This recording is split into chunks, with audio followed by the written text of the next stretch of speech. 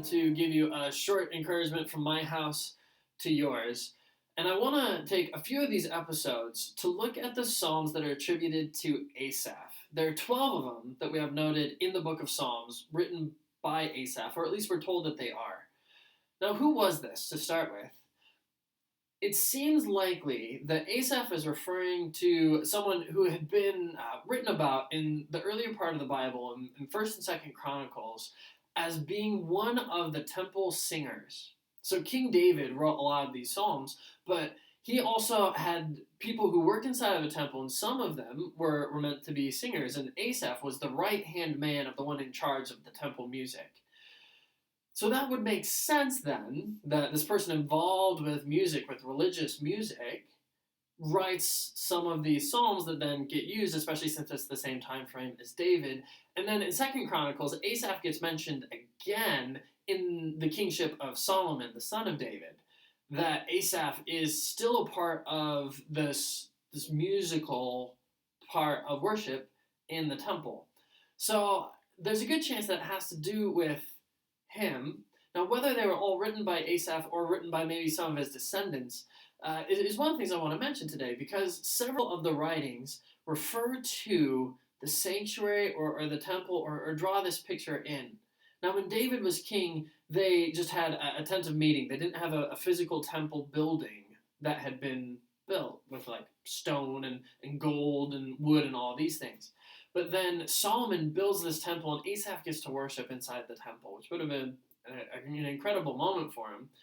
But in a few of these psalms that are attributed to Asaph, it sounds like the sanctuary has been destroyed, or that the temple's been destroyed, that there's been really bad stuff that's happened. And that didn't happen until later generations. That wasn't in Solomon's lifetime. And so that's why I wonder, were all of these written by Asaph, or were some of these just sort of the line of Asaph? We're not sure.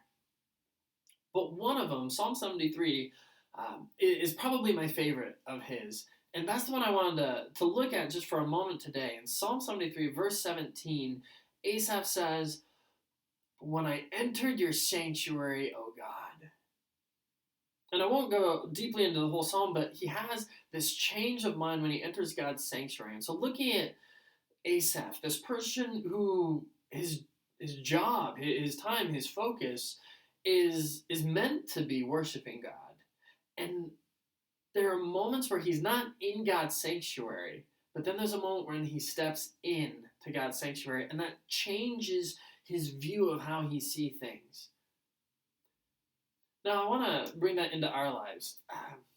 If I look at the stuff that's written long after that period, when we have Jesus and then Jesus' disciples and their writings, there's this shift of the focus being on us going into some sort of temple versus us being the temple and us being priests and the people who follow Jesus getting to be the priests in that temple.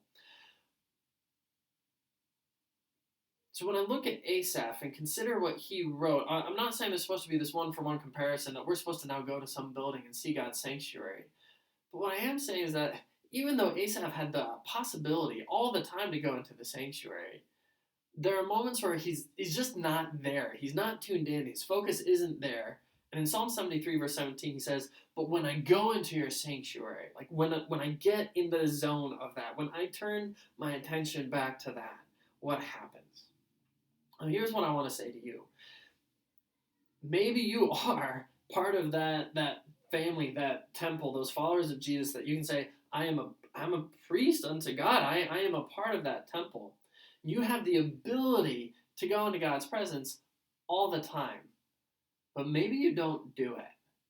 And I certainly have those moments where I'm not focused in on that. I'm not looking at where I'm supposed to be. I'm not thinking about things from God's perspective in some moments.